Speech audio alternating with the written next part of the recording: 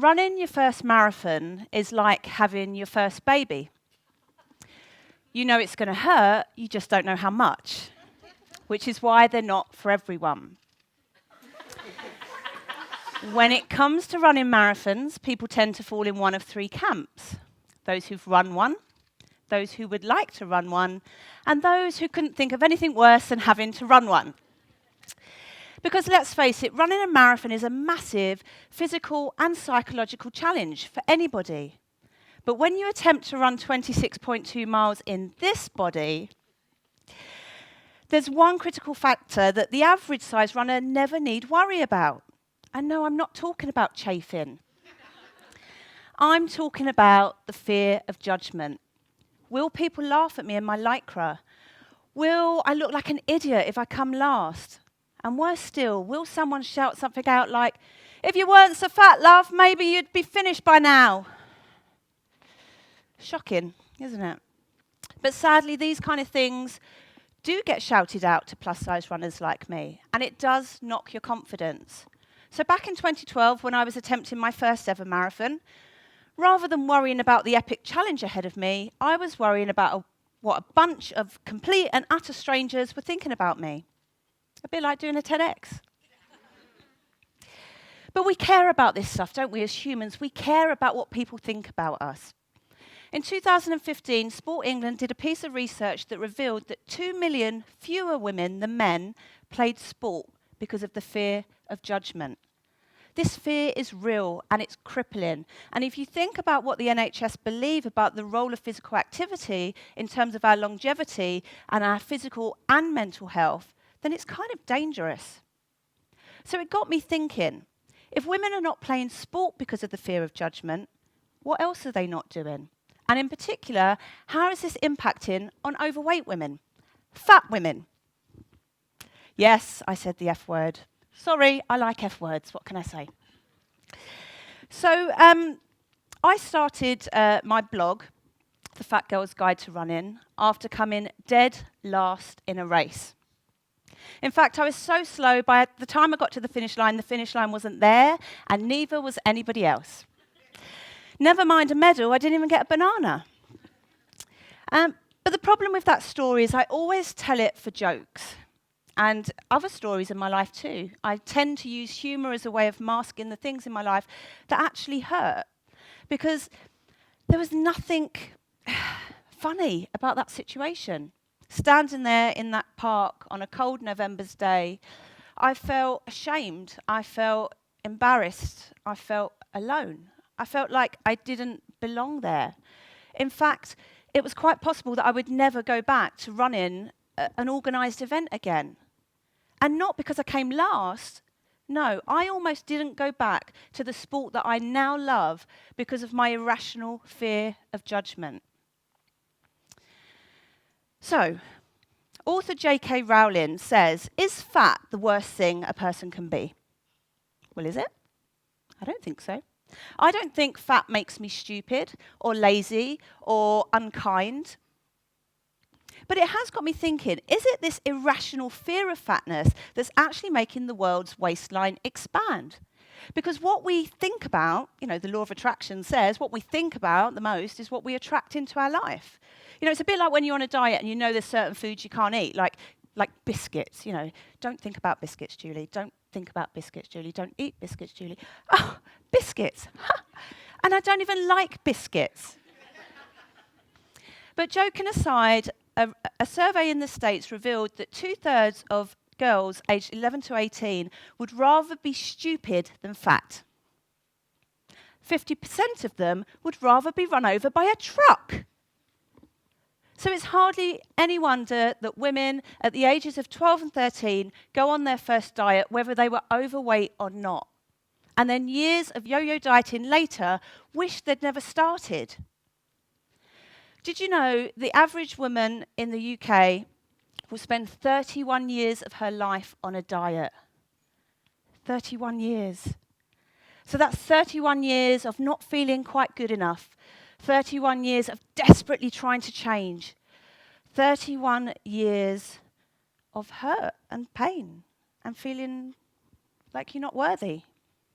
But what if there was a different way? What if we woke up to the fact that traditional diets do not work and instead we focused on liking ourselves? No, like really liking ourselves. Dare I say it, loving ourselves. Now, I'm not talking about how we feel, I'm talking about how we act. Because remember, love is a verb. It's a doing word. Remember that from school? Doing words? It really upsets me that women waste so much time, so much money, so much effort in the pursuit of smallness.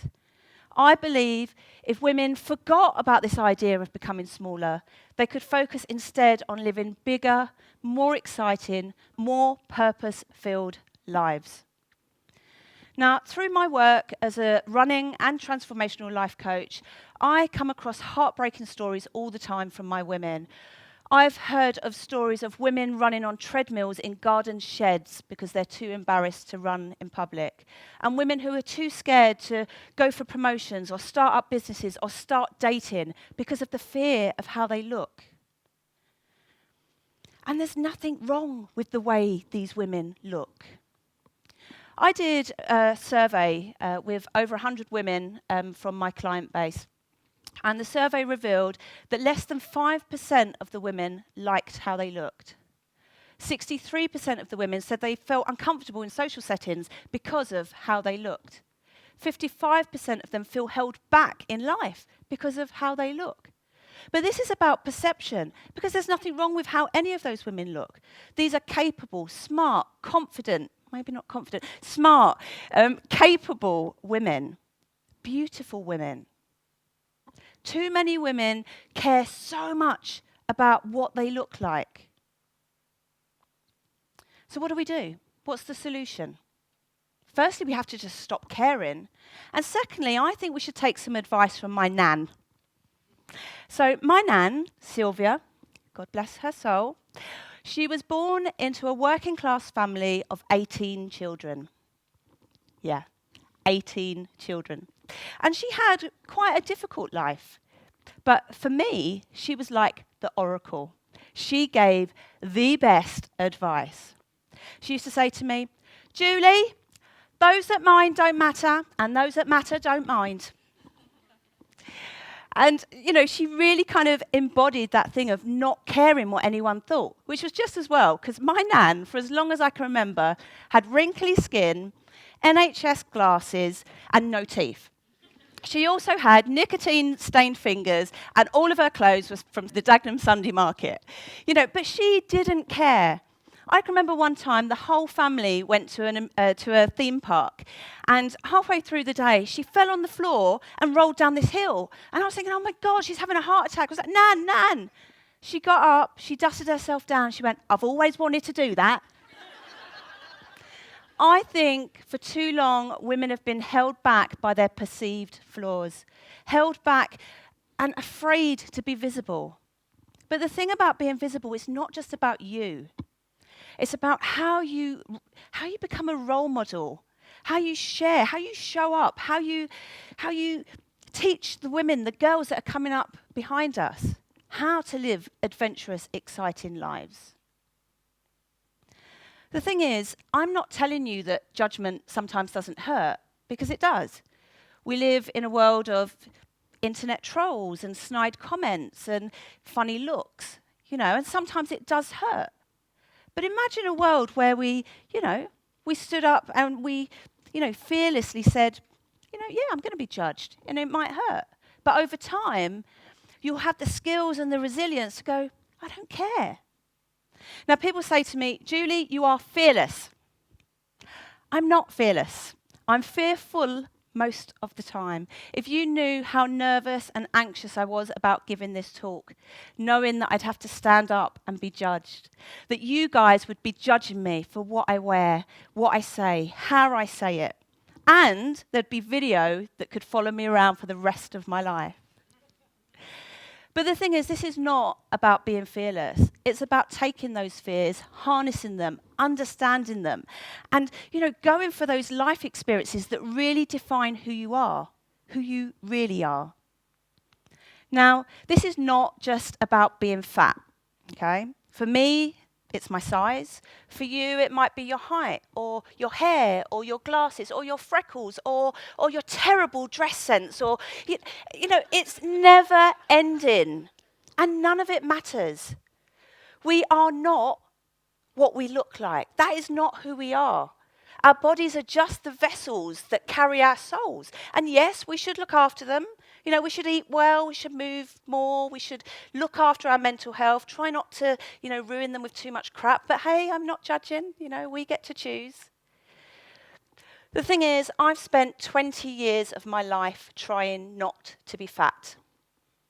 The thing which I once thought was a flaw actually turned out to be an asset. The thing that I'd struggled with for most of my life became the thing that led to the greatest transformation. And it's infectious.